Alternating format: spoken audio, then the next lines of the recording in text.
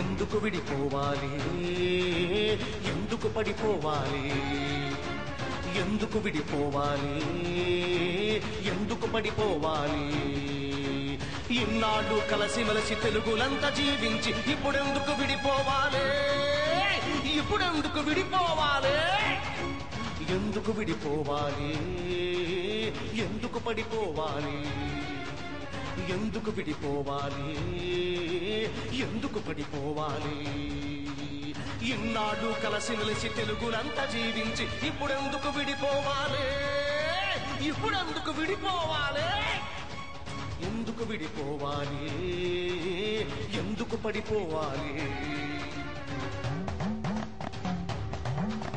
శ్రీశైలం మల్లేశుడు దాక్షారం భీమేశుడు కాళహస్తి కాళేశుడు కాచేటి మేలరా. ఒక రాముడి భద్రగిరిని, ఒక రాముడి తెలుగుమతిని, ఒక రాముడి చాకసిరిని వెలిగించిన గడ్డరా.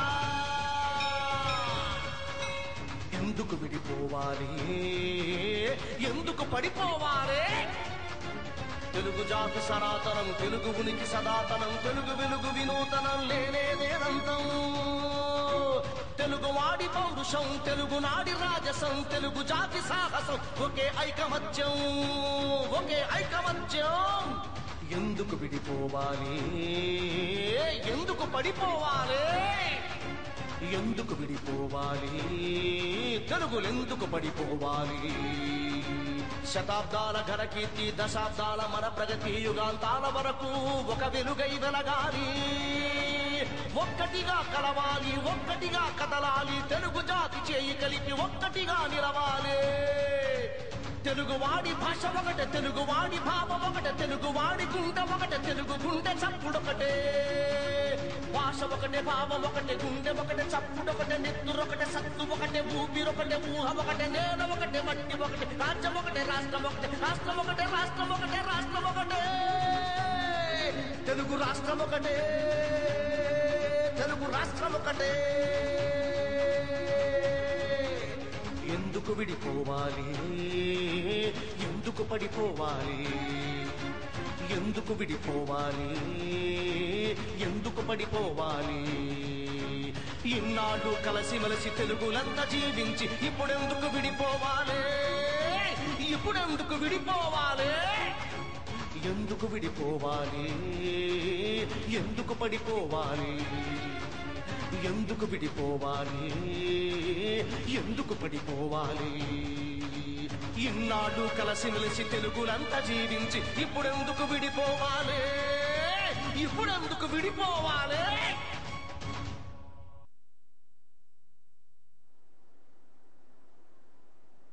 జై సమైక్యాంధ్ర. గోదావరి తీరంలో సమైక్య గళం చర్చా కార్యక్రమానికి స్వాగతం. ఈరోజు చర్చా కార్యక్రమంలో మనతో పాటు రాజమండ్రి మున్సిపల్ స్కూల్స్ లో పనిచేస్తున్న విద్యా సంస్థల ప్రతినిధులతో ఈ చర్చను కొనసాగిస్తున్నాం. ఈ చర్చా కార్యక్రమంలో వక్తల వివరాలు ఒకసారి మీకు పరిచయం చేద్దాం. ఎల్ ప్రభాకర్ రావు గారు అందరికీ సుపరిచితులు, స్కూల్ అసిస్టెంట్ గా సిజేఆర్ఎం మున్సిపల్ హై స్కూల్ రాజమండ్రిలో వర్క్ చేస్తున్నారు. డి అప్పారావు గారు school assistant Gandhipuram municipal high school. తర్వాత శ్రీమతి కె సుజాత నిర్మల్ గారు తెలుగు పండిట్ నన్నయ్య మున్సిపల్ హై స్కూల్లో పనిచేస్తున్నారు తెలుగు పండిట్ గా. తర్వాత ఎల్ మోహన్ ప్రకాష్ గారు నెహ్రూ నగర్ మున్సిపల్ హై స్కూల్లో మున్సిపల్ ఎలిమెంటరీ స్కూల్లో పనిచేస్తున్నారు. ఎస్ రవికిషోర్ గారు ఆయన స్కూల్ అసిస్టెంట్ క్వారీపేట మున్సిపల్ హై స్కూల్లో రాజమండ్రిలో వర్క్ చేస్తున్నారు. యథావిధిగా ఈ చర్చా కార్యక్రమానికి ప్రగళ్లపాటి ప్రతాప్ గారు విశ్లేషణ అందిస్తారు. ముందుగా మనం ఈరోజు ఒక కార్టూన్తో చర్చని ప్రారంభిద్దాం.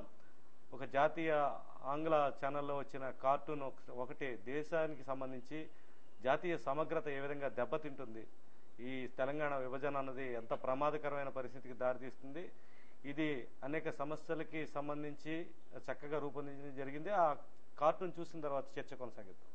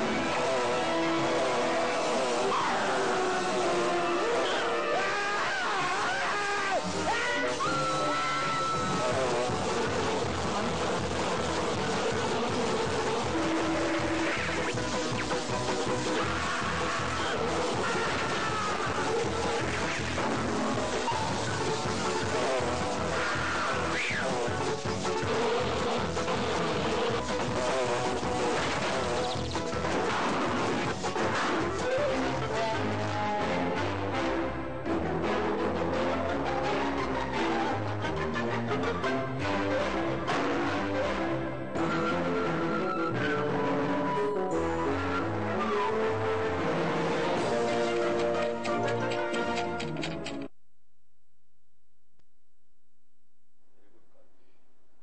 బ్యాక్. ప్రభాకర్ గారు, చూశారు ఈ రాష్ట్ర విభజన జరిగితే కనుక తదుపరి పరిణామాలు దేశంలో ఏ విధంగా ఉండబోతాయన్నది చక్కగా కార్టూన్ రూపంలో మీరు చూస్తుంటారు. ఎట్లాంటి పరిస్థితి కేంద్ర ప్రభుత్వంలో ఉంది, అక్కడ కేంద్రంలో ఈ నిర్ణయానికి పాల్పడిన వాళ్ళు ఎలాంటి ఇబ్బందులు రేపొద్దున్న భవిష్యత్తులో ఫేస్ చేయబోతున్నారన్నది చక్కగా వివరించడం జరిగింది. కేక్ కోసిన ఎంత సులభంగా రాష్ట్రాన్ని విభజించి ఇవ్వడం ఎంత ప్రమాదకరమో కూడా చక్కగా చాటి చెప్పారు. మీరేమంటారు? గత జూలై 30వ తారీఖు నుండి అక్టోబర్ 3వ తారీఖు వరకు జరిగినటువంటి పరిణామాలను చూసినట్లయితే రాష్ట్రంలో ఉన్నటువంటి రాయలసీమ, ఆంధ్ర ప్రాంతం చాలా క్లిష్టమైనటువంటి పరిస్థితిలో ఉంది. ఈరోజు నేషనల్ మీడియాలో చూపించినటువంటి ఆ కార్టూను నిజంగా అక్షర సత్యం. ఎందుకంటే ఒక బర్త్డే కేక్ కోసినట్లుగా దాన్ని కట్ చేసి, అంటే రాయలసీమ, ఆంధ్ర ప్రజలకు అన్యాయం చేసి తెలంగాణని విడగొట్టి వాళ్ళు ఏం సాధించాలనుకుంటున్నారనేది ఎవరికీ అర్థం కానిటువంటి సమస్య. గత 65 రోజులుగా చూసినట్లయితే రాష్ట్ర ప్రజానీకం, రాష్ట్రం అంటే మన రాయలసీమ, ఆంధ్ర ప్రాంతం, సీమాంధ్ర అంటున్నాం మనం. ఈ ప్రజానీకం అందరం కూడా ఉద్యోగులు, ఉపాధ్యాయులు, కార్మికులు వీళ్ళందరూ కూడా రోడ్ల మీదకి వచ్చి స్వచ్ఛందంగా చేసినటువంటి ఈ ఉద్యమాన్ని చూసినట్లయితే నిజంగా గుండె తరుక్కుపోతుంది. నిన్నటి రోజుని బ్లాక్ డేగా అభివర్ణించక తప్పదు. కారణం ఎందుకంటారా, ఏకపక్షంగా తీసుకున్నటువంటి నిర్ణయం ఆంధ్ర ప్రాంతంలో ఉన్నటువంటి మన సీమాంధ్ర ప్రాంతంలో ఉన్నటువంటి ప్రజలందరూ కూడా హఠాత్ మరణానికి గురయ్యాం. ఎందుకంటే రాత్రి ఎవరు కూడా నిద్రపోలే. పగలు ఎప్పుడవుతుందా, రేపు ఉద్యమం ఏ రకంగా ఉంటుందా, రేపటి నుండి మన కార్యాచరణ ప్రణాళిక ఏ విధంగా సాగించాలి, కేంద్రానికి ఏ విధ రకమైనటువంటి బుద్ధి చెప్పాలనేటువంటి పరిస్థితిలో ఈరోజు రోడ్ల మీదకి వచ్చారు. ఈరోజు చూసినట్లయితే జాతీయ ఛానల్స్ కానీ ఏ ఛానల్ చూసినా అద్భుతమైనటువంటి ప్రజాస్పందన చూపిస్తున్నారు. కేంద్ర ప్రభుత్వం ఏకపక్షంతో తీసుకున్నటువంటి ఈ నిర్ణయాన్ని వెనక్కి తీసుకోక తప్పదు. కేక్ అయితే తినేస్తాం, అరిగిపోతుంది, కానీ రాష్ట్రాన్ని ముక్కలుగా చేసినట్లయితే ఇది తరతరాలకు చెరగనటువంటి ముద్ర, చరిత్రహీనుడిగా మిగిలిపోతారు. ఇది తీసుకున్నటువంటి నిర్ణయానికి రాజకీయ నాయకులు తప్పకుండా చరిత్రహీనులుగా మిగిలిపోతారని చెప్పడంలో ఏమాత్రం అతిశయోక్తి లేదు. దీన్ని పునరాలోచించాలి. ప్రజల అభీష్టం మేరకు మనం ఏం చేయాలి, దీనిని రోల్ బ్యాక్ తీసుకోవాలా అనేటువంటి విధానాన్ని అనుసరించినట్లయితే ప్రజలకు అనుగుణంగా పనిచేయాలి. ప్రజాప్రతినిధులకు చేతులెత్తి ఈ వేదిక ద్వారా నమస్కరిస్తున్నాం.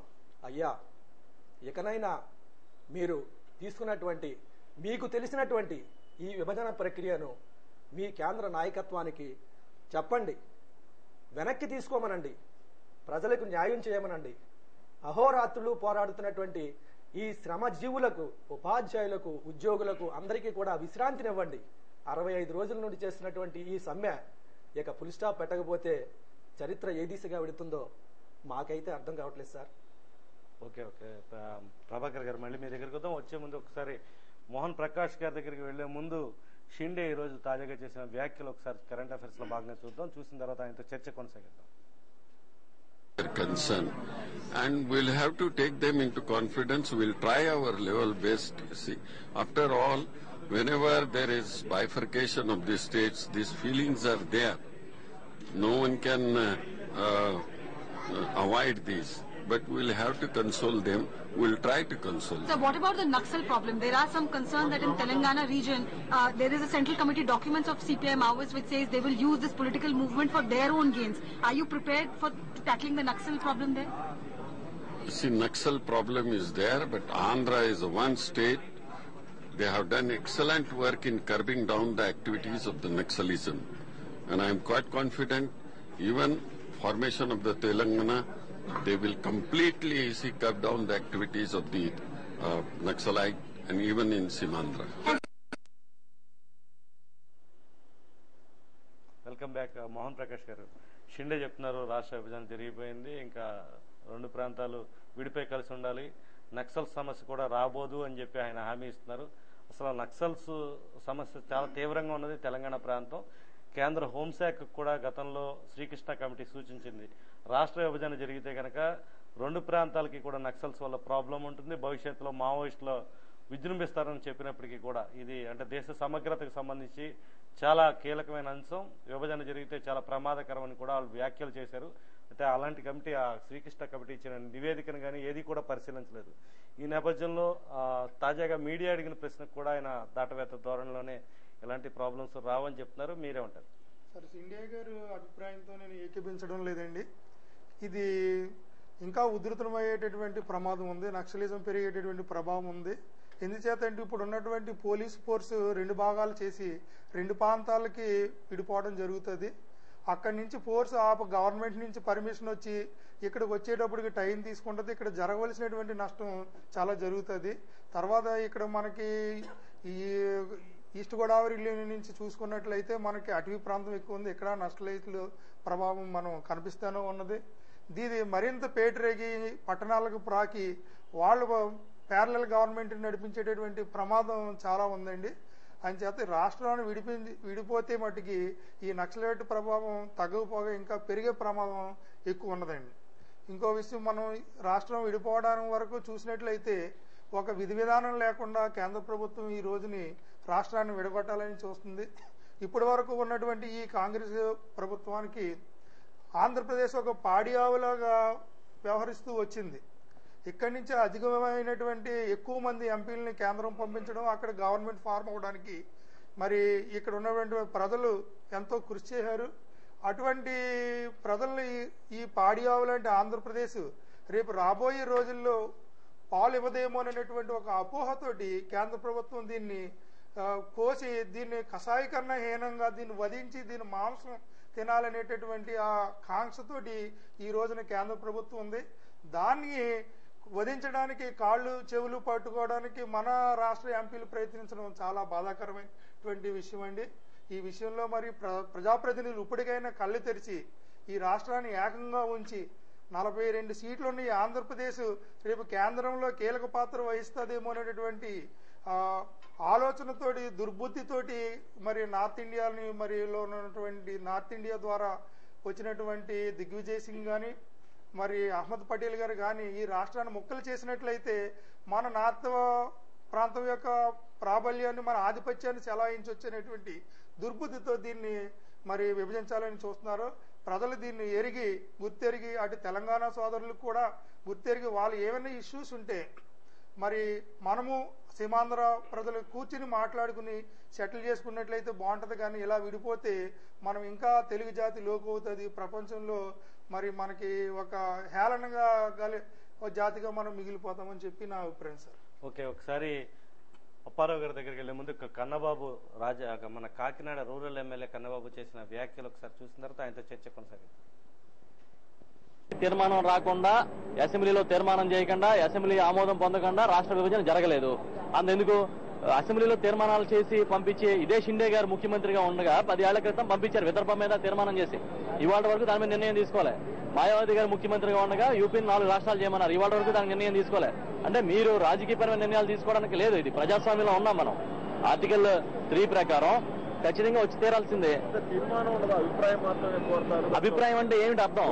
కాదండి, అభిప్రాయం అంటే ఏమిటి అర్థం? నా అభిప్రాయం నేను వ్యతిరేకం అని చెప్తున్నా, మీ అభిప్రాయం మీరు అనుకూలం అని చెప్తున్నారు. ఇవన్నీ కూడా క్యాలిక్యులేషనే కదా. ఎంతమంది ఏ అభిప్రాయాన్ని చెప్పారనేది లెక్కలేస్తారుగా. అంటే అభిప్రాయం అనేది టెక్నికల్ వర్డ్ అని మేము అనుకుంటాం. బిట్వీన్ ద లైన్స్ మనం చదివినప్పుడు అభిప్రాయాలు దేనికోసం అడుగుతారు? మీ అభిప్రాయాలు చెప్పడం దేనికోసం అడుగుతారు? మీరు అనుకూలంగా ఉన్నారా వ్యతిరేకంగా ఉన్నారా అనేది అభిప్రాయం. అదే అభిప్రాయాలు కౌంట్ అవుతాయి. కానీ ఇక్కడ అభిప్రాయం చెప్పమన్నారు, ఓటింగ్ అనేది ఉండదు. ఇంతమంది అభిప్రాయాలు వ్యతిరేకంగా ఉన్నప్పుడు, ఇంతమంది అభిప్రాయాలు అనుకూలంగా ఉన్నప్పుడు దానికి అనుకూలంగా మెజార్టీ నిర్ణయానికి అనుకూలంగా నిర్ణయం తీసుకుంటారు. Welcome back.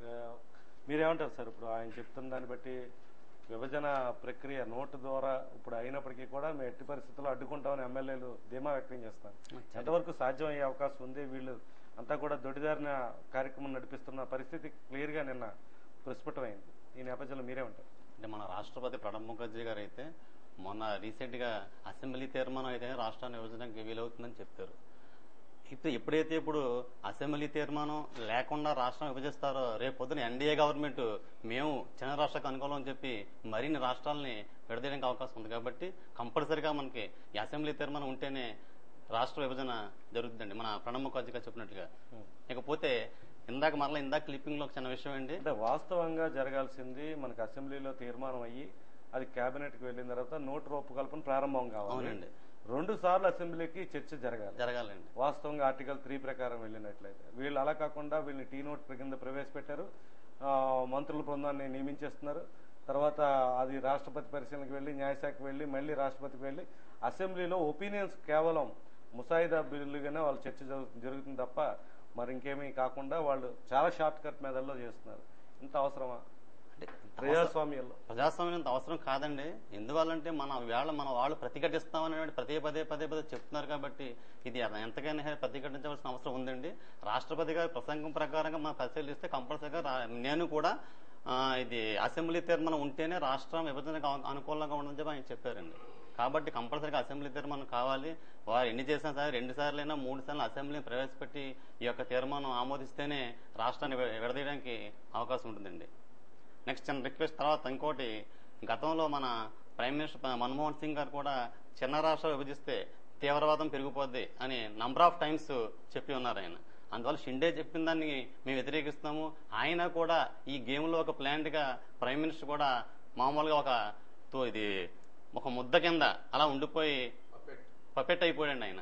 అందువల్ల ఏంటంటే prime minister number of times చెప్పారు ఆయన. 2009లో డివైడ్ చేసినోడు తీర్మానం చేసినోడు కూడా చెప్పారండి ఆయన. ఇప్పుడు మేము చిన్న రాష్ట్రాలకి వ్యతిరేకం కాదు, కానీ చిన్న రాష్ట్రాలు విభజిస్తే తీవ్రవాదం పెరిగిపోద్ది అని పబ్లిక్ గా కూడా చెప్పారు. కానీ ఈవేళ ఒత్తిడి మేరకి ఇటలీ బొమ్మ సోనియా గాంధీ గారు ఏం చెప్పారు, ఎలాగైనా విడదీసేయాలి, ఇటలీలో విభజించి పాలించి అనే నినాదం ఉందండి. అందువల్ల ఇక్కడ కూడా డివైడింగ్ పాలసీ తీసుకొచ్చి ఆవిడ అందరి మనసులను కూడా కలచివేసి రాష్ట్రాన్ని విభజించాలనేటువంటి నినాదంతో ఆవిడ ఆ కృతకృత్యంతో ఉందండి. అంటే మీరు చెప్పిన దాని ప్రకారం కూడా అందరూ కూడా నిర్లక్ష్యంగా ఉన్నారంటారా? సీమాంధ్రలో ఎట్టి పరిస్థితుల్లో విభజన జరిగే అవకాశం లేదు. ప్రధానమంత్రి స్థాయిలోను రాష్ట్రపతి ప్రణబ్ ముఖర్జీ స్థాయిలో కూడా విభజన వీలు కాదని చాలా సార్లు వ్యాఖ్యలు చేశారు. అవును సార్. అందువల్ల ఇక్కడ నిర్లిప్తం వహించి అక్కడ ఉద్యమాలు జరుగుతున్నప్పుడు ఖాళీగా ఉన్నారని. నిర్లిప్తం అయినప్పుడు తర్వాత మాకు రాష్ట్రం ముఖ్యం కాదు, రాబడే ముఖ్యం అనేటువంటి ధోరణిలోనే రాజకీయ నాయకులు వ్యవహరించారండి. ఇప్పటికీ కూడా ఒక ఎంపీ గారు అయితే ఇప్పటికి అసలు జాడలేరు. ఆయన ముందు నడిపించే వ్యక్తి ఆయన నిన్న బట్టి అసలు రాజీనామా లేదు, ఆయన ఎక్కడున్నారో తెలియదు. ఆయన ప్లేస్ కూడా ఎదగడానికి చాలా ఇబ్బందిగా ఉంటుందండి. మన విజయవాడ ఎంపీ గారు ఆయన అసలు ఎక్కడ ఉన్నారో తెలియదు. ఆయన రెజిగ్నేషన్ లేదు, ఏమీ లేదు. అందరికన్నా రాజకీయ సన్యాసం తీసుకున్న ప్రకటన చెప్తే ఆయనే ముందు ఫస్ట్ ఆఫ్ ఆల్ కోర్టుకు వెళ్తాను రాత్రి ప్రకటించారు, తర్వాత కనిపించలేదండి. ఆయన రాజీనామా లేదు, అసలు రాజకీయ సన్యాసం తీసుకుంటే ఆయన రాజీనామా చేయాలి మన వాళ్ళు. ప్రకాష్ గారు మళ్ళీ మీ దగ్గరికి వద్దాం. ఒకసారి మనం ఇప్పుడు గంటా శ్రీనివాస్ అన్న వ్యాఖ్యలు ఒకసారి చూద్దాం. వ్యాఖ్యల తర్వాత రవి కిషోర్ గారితో మనం చర్చ కొనసాగిద్దాం. అభిప్రాయాలు అన్ని కూడా ఓపెన్ గా డిస్కస్ చేస్తున్నారు. ఫైనల్ గా మళ్ళీ గతంలో చెప్పినట్టుగానే మరి ఏదైతే అసెంబ్లీలో తీర్మానాన్ని ఓడించాలి, దానికి వ్యతిరేకంగా మాట్లాడాలి, అప్పటిదాకా అందరం కూడా పదవుల్లో ఎమ్మెల్యేల వాటిలో కొనసాగాలనే నిర్ణయాన్ని మళ్ళీ ఇంకోసారి రీట్రేట్ చేస్తూ తీర్మానం చేయడం జరిగింది. అంతేకాకుండా ఈ ఎంప్లాయీస్ గత 65 రోజులుగా కూడా ఎవరైతే సమైక్యాంధ్ర కోసం ఉద్యమం చేస్తూ ఈ ప్రజా ఉద్యమంలో పాల్గొంటున్నారో వాళ్ళందరికీ సంబంధించి కూడా ఒక అప్పీల్ ఇవ్వాలి. ఎందుకంటే ఇప్పటికే 65 రోజులు అయింది, 2 నెలలుగా జీతాలు లేవు. ఇవన్నీ కూడా దృష్టిలో పెట్టుకుని ఈ సమైక్యాంధ్ర కోసం రాజకీయంగా ఏమేం చేయాలో అవన్నీ కూడా మనం బాధ్యత తీసుకుందామని చెప్పి వాళ్ళకి ఒక హామీ లాంటిది ఇచ్చి వాళ్ళ యొక్క సమ్మెను కూడా విరమింపు చేసేందుకు ఒక ప్రయత్నం చేయాలని కూడా ఒక నిర్ణయం తీసుకోవడం జరిగింది. వీటన్నిటితో పాటు ఈ యాక్షన్ ప్లాన్ ఏంటి, రాబోయే రోజులు దాని మీద కొంతమంది సీనియర్ నాయకులతో కలిపి ఒక కమిటీ లాంటిది ఏర్పాటు చేసి గ్రూప్ ఆఫ్ మినిస్టర్స్ కానీ లేదా కొంత సీనియర్ నాయకులతోటి అది ఈ రోజు రేపు ఒక ప్లాన్ మొత్తం కూడా డిస్కస్ చేసుకుని అనౌన్స్ చేస్తారు. దాన్ని బట్టి రాబోయే రోజుల్లో ఎలా ముందుకెళ్లాలి దాని మీద కూడా. వెల్కమ్ బ్యాక్ అండి. ఇప్పుడు రవికిషోర్ గారు మీరేమంటారు? ఉద్యమాన్ని విరమించండి, మీరు నిర్వర్తించాల్సిన బాధ్యత అంతా కూడా మా మీద వేసుకుని మేము చేస్తాం, ఎష్యూరెన్స్ ఇస్తాం, ఆ విధంగా మీరు ఉద్యమంలోంచి బయటికి రండి అని చెప్పి ఎవరైతే సమ్మెలో ఉన్నారో ఉద్యమకారులందరికీ కూడా మంత్రి గంట విజ్ఞప్తి చేస్తున్నారు. ఇంతవరకు వాళ్ళు నిర్వర్తించిన బాధ్యత ఏంటి? వీళ్ళు కావచ్చు, ఎంపీలు కావచ్చు, మంత్రులు కావచ్చు, మీ మనోవేదన ఏ విధంగా ఉంది? ఇప్పుడు ఈనాడు ఈ ఉద్యమ తీరుతెన్నులు చూసినట్లయితే అసలు నాయకుడు లేకుండా ఈ ఉద్యమం అనేది ప్రారంభించబడింది. మరి తర్వాత మన ఎన్జిఓ నాయకుడిగా మరి అశోక్ బాబు గారి నేతృత్వంలో ఈ ఉద్యమం ఒక స్థాయికి తీసుకువచ్చినట్టు ఘనత ఆయనకి చెందుతుంది.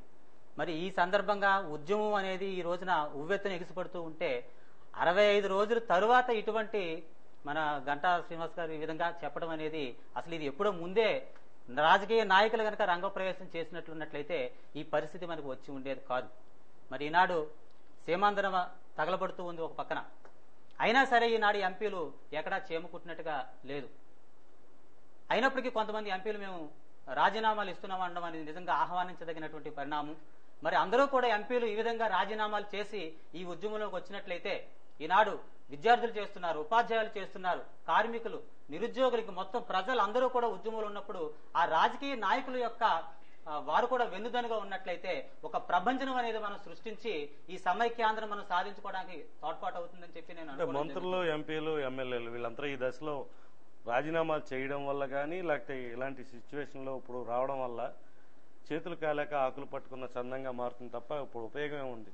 అంటే ఈనాడు మనం చూస్తున్నాం ఒక ఉద్యోగస్తులుగా మేము ఏమి చేసినా సరే నిరసన మాత్రము సామరస్యంగా మేము నిరసన తెలియజేయగలం తప్పితే ఊరి మీదకి వెళ్లి మేము పెద్దగా చేసే ప్రయోజనం ఉండదు, చెయ్యలేము. కానీ రాజకీయ పరంగా ఈ రోజున ఇది ఒక రాజకీయ సమస్య. రాజకీయ సమస్యను రాజకీయంగానే మనం ఎదుర్కోవాల్సినటువంటి అవసరం ఉంది.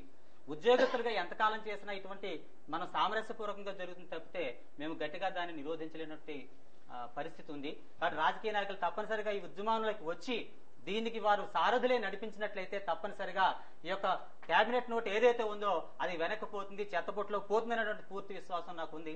అదేవిధంగా ఇప్పుడు ఈ యొక్క రాజ్యాంగపరమైనటువంటి ఏవైనా అవకాశాలు ఉన్నాయా అంటే ఇప్పుడు ఈ విభజన నిర్ణయాన్ని మనం వ్యతిరేకించడానికి అనేది ఆలోచించుకొని ఈ ఎమ్మెల్యేలు కానీ లేదా ఎంపీలు కానీ రాజీనామా ఇవ్వటం ద్వారా ఈ కేబినెట్ నోటు మనకి అసెంబ్లీకి తీర్మానం వస్తే మంచిదా, రాకపోతే మంచిదా, వస్తే మనం దాన్ని ఎలాగే వ్యతిరేకిస్తారు మన వాళ్ళు, రాకుండానే కనుక రాజీనామాలు చేసినట్లయితే ఏమైనా సంక్షోభాన్ని సృష్టించవచ్చా అనేది చూసుకుని న్యాయస్థానాలను కనుక ఆశ్రయిస్తే ఉపయోగం ఉంటుందనే దాని మీద కూడా మనం ఆలోచించాల్సిన అవసరం ఉంది. ఒకసారి మళ్ళీ మీ దగ్గరికి వద్దామండి. ఒకసారి సుజాత నిర్మల్ గారి దగ్గరికి వెళ్లే ముందు కేంద్ర మంత్రి పల్లం రాజు గారు సోనియా గాంధీ కుటుంబంతో అత్యంత సన్నిహితంగా ఉంటారు.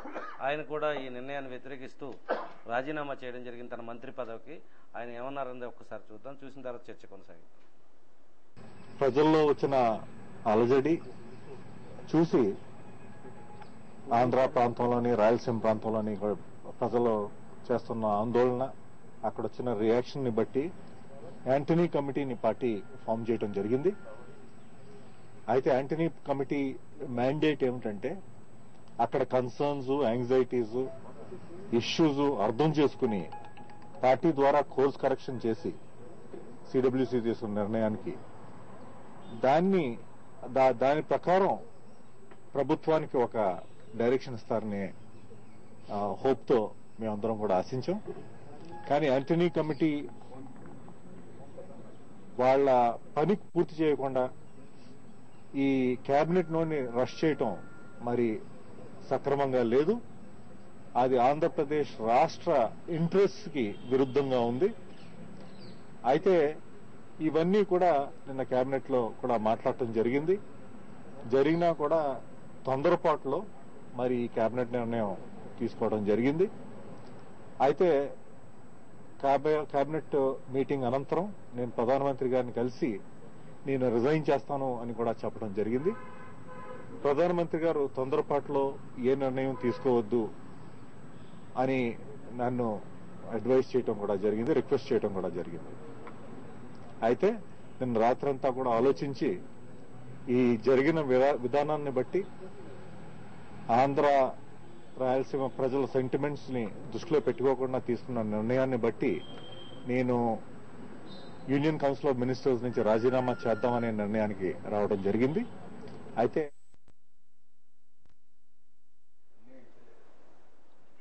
Welcome back. సుజాత్ గారు మీరేమంటారు? జరుగుతున్న పరిస్థితిని చూశారు, అంతా అయ్యాక నోటు మీద చర్చ జరిగిన తర్వాత ఆయన వ్యతిరేకించారనుకోండి పల్లం రాజు గారు, కావూరి సాంబశివరావు గారు. ఆయన ఇప్పుడు ఈ స్టేజ్లో ఆయన రాజీనామా చేసి పదవికి వచ్చారు. ఇంతకు ముందే సిడబ్ల్యూసి నిర్ణయాన్ని వ్యతిరేకిస్తూ కేంద్ర మంత్రులు రాజీనామా చేస్తుంటే ఫలితం వచ్చి ఉండేదా? ఈ ఎంపీలు కానీ కేంద్ర మంత్రులు ఎమ్మెల్యేలు వీళ్ళంతా కూడా పార్టీకి రాజీనామా చేసినా ఏమైనా ఫలితం వచ్చి ఉండేది కదా. జరుగుతున్న తతంగం అంతా వీళ్ళకి తెలుసు. దొడ్డిదారిని ఏ విధంగా చేద్దామని కేంద్ర ప్రభుత్వం అనుకుంటుందని తెలుసు. ఇక్కడ ప్రజల మనోభావాలు అంతకన్నా ఎక్కువ తెలుసు. అయినా కానీ అధిష్టానానికి ఎక్కువ విలువిచ్చి ప్రజలను తక్కువ చేయడానికి కారణం ఏంటంటే, అసలు ఈ ఆంటోనీ కమిటీ నివేదిక ఇచ్చిన తర్వాత కేబినెట్ నోట్ ప్రవేశపెట్టాలండి. 1956లో అంటే ఆల్రెడీ ఆంటోనీ కమిటీ ద్వారా కూడా మాకు మోసం జరిగింది, మమ్మల్ని పార్టీ మోసం చేసిందని ఆయన బాధపడ్డారు. మరి అన్నారు కదండి, సమస్యల పరిష్కారానికే ఆంటోనీ కమిటీని ప్రవేశపెట్టామన్నారు. ఆంటోనీ కమిటీ నివేదిక ఇస్తుంది, నివేదిక తర్వాతే కానీ కేబినెట్ నోట్ రాదని చెప్పారు. అసలు 1956లో ఈ 3 రాష్ట్రాలని కలపడానికి, 23 జిల్లాలు కలపడానికి అసెంబ్లీలోని ఒక తీర్మానాన్ని చేసి ఈ బూర్గుల రామకృష్ణారావు గారు పదవీ త్యాగం చేస్తే ముఖ్యమంత్రిగాను ఆ పెద్దలందరి సమక్షంలోనూ వీళ్ళందరూ ఈ 3 రాష్ట్రాలని కలిపేయలేదండి. ఈ కలపడానికి మీకు ప్రత్యేక ప్రత్యేక ఆంధ్ర కావాలా సీమాంధ్ర వాళ్ళకి, లేకపోతే ప్రత్యేక తెలంగాణ కావాలా అనే ఓటింగ్ విధానాన్ని కూడా అమలుపరిచి అందరూ ఆమోదాన్ని తీసుకుని అప్పుడు హైదరాబాద్ మనకి భాగ్యనగరంగా కాస్తో కోస్తో భాగ్యంతో ఉన్న భాగ్యనగరాన్ని మనకి రాజధానిగా నిర్మిస్తే ప్రజల దృష్టిలోనూ 1956 నుంచి ఎప్పటికంటే 60 సంవత్సరాల నుంచి ఇది మనది అని 3 అక్షరాలతో ముద్రింపబడిపోయింది అందరిలోనూ. మరి అదే విధానం ఇప్పుడు కూడా అవలంబించాలి కదండి. ఎవరిని అడిగి ఏకపక్ష నిర్ణయం తీసుకుంది సోనియా గాంధీ. అంటే ఇంట గెలిచి రచ్చగెలవమన్నారండి. ఇప్పుడు వీళ్ళందరూ కూడా, ఈ రాజకీయ నాయకులందరూ కూడా ఎప్పటికైనా సరే ఇది రాష్ట్ర విభజన జరుగుతుందని వాళ్ళ యొక్క ఆస్తులు సేవ్ చేసుకుని నమ్ముకున్న ప్రజల్ని సేవ్ చేశారు వీళ్ళు. అంటే నమ్ముకున్నటువంటి ఈ ప్రజలందరూ సమైక్యాంధ్రకి జై అంటే నమ్మింపబడి తన చేత గెలుపొందినటువంటి నాయకుడు విభజనకి సై అన్నాడండి. మరి అటువంటి అప్పుడు నమ్మించి మోసం చేశారు ప్రజల్ని. ఇప్పుడు ఇలా జరుగుతుందన్న విషయం ఎప్పుడో తెలుసు. ఏంటంటే ఒక ఇంటర్వ్యూ మొదలుపెట్టినప్పుడు అభ్యర్థిని ఎన్నుకుని నామకహ ఇంటర్వ్యూ చేసేసి నా మామ అనిపించుకున్నట్టు ఇంటర్వ్యూ ఎలా జరిపారో ఇవి విభజన ముందే సిద్ధమైంది. ఈ నోటు ముందే సిద్ధం చేసుకుని నామకహ వీళ్ళ ప్రజలను అడిగి ప్రత్యర్థుల్ని రాజకీయ నాయకుల్ని అడిగారు. ఈ రాజకీయ నాయకుడు ఎందుకు వీళ్ళు చెప్పాలి, ఎందుకు ఆమోద ముద్ర ఇవ్వాలి, తన ప్రజలకు తెలుసు కదా వీళ్ళు వ్యతిరేకిస్తారని తెలుసు. అయినా సరే వాళ్ళు అన్ని సై అని పక్కకు తప్పుకున్నారండి. వీళ్ళకి ఏ విధంగా ప్రజలు బుద్ధి చెప్పే అవకాశం ఉందండి రేపటి? వీళ్ళకి ప్రజలు ఎలా బుద్ధి చెప్పాలంటే ఈ పిచ్చి ప్రజలు ఎలాగైనా సరే నోటిస్తే ఓటేసేస్తారు అనే భ్రమతో ఉన్నారు. కానీ వీళ్ళు పంచిపెట్టే ప్రతి ఓటు ప్రజల యొక్క కష్టార్జితం. 1 కోటి పంచిపెట్టారంటే 10 కోట్లు సంపాదిస్తున్నారు. కాబట్టి రేపు ప్రజలు ఇప్పుడు ఎంత చైతన్య స్ఫూర్తులు అయ్యారో ప్రజలందరూ నోటు తీసుకుని ఓటు చింపేస్తారు. ఓకే, మీరు మంచి గాయకులుగా తెలిసింది, మంచి ఏమైనా పాటలు రాశానండి. ఎందుకంటే మా ఉపాధ్యాయులు ఎప్పుడు కూడా వీధిని పడలేదు ఇంతవరకు. ఎవరైనా స్ట్రైక్ చేస్తే వాళ్ళని నచ్చజెప్పి పంపించేసి పిల్లలకి పాఠాలు చెప్పే ఉపాధ్యాయుడు 65 రోజుల నుంచి మొర్రోమని బయటపడ్డాడు. ఉపాధ్యాయుడు యొక్క గళం విప్పితే గగనం కూడా గడగడలాడాల్సిందే. గురువునాం గురువు, మేము గొప్ప వాళ్ళం కాదు, గురువులకు కూడా గురువు విద్య. కాబట్టి ఆ ఉపాధ్యాయుల యొక్క స్ఫూర్తిని అనుసరించి రాశాను. ఉపాధ్యాయ లోకమా విజ్ఞానపు బీజమా, ఉపాధ్యాయ లోకమా విజ్ఞానపు బీజమా, సమైక్యాంధ్ర ఉద్యమాన ఊపిరి అయి నిలువుమా, సమైక్యాంధ్ర ఉద్యమాన ఊపిరి అయి నిలువుమా, ఉపాధ్యాయ లోకమా విజ్ఞానపు బీజమా. పిఎం అయిన సీఎం అయిన గురుదేవుని శిష్యులే ఓ నామాలు దిద్ది ఈ దేశానికి నేతలైరి. ప్రజలందరి అభీష్టం దేశానికి సుభిష్టం, సమైక్యాంధ్ర ఉద్యమం సకల జనుల సమ్మతం. కలిసి ఉన్న రాష్ట్రాలను ముక్కలుగా విభజించి సీమాంధ్రుల గుండెలలో గుణపాలు గుచ్చితే, గురువులైన మీరంతా గుణపాఠం చెప్పాలి. భాగ్యనగర భాగ్యాన్ని పదిలంగా ఉంచాలి. ఊహించని విభజనతో రగులుతున్న సీమాంధ్రుల ఉద్యమ శంఖారావం వినువీధికి వినిపిస్తే, హస్తినకు చేరలేదా చీమైన కుట్టలేదా, ఒక్కసారి విభజనపై ఆలోచన చేయలేదా. ఇదే. ఐఏఎస్ ఆఫీసర్ దగ్గర నుంచి క్లాస్ 4 ఎంప్లాయీ వరకు ఉన్నటువంటి భావన ఇదే. ఒక్కసారి ఆలోచించలేదా విభజన మీద?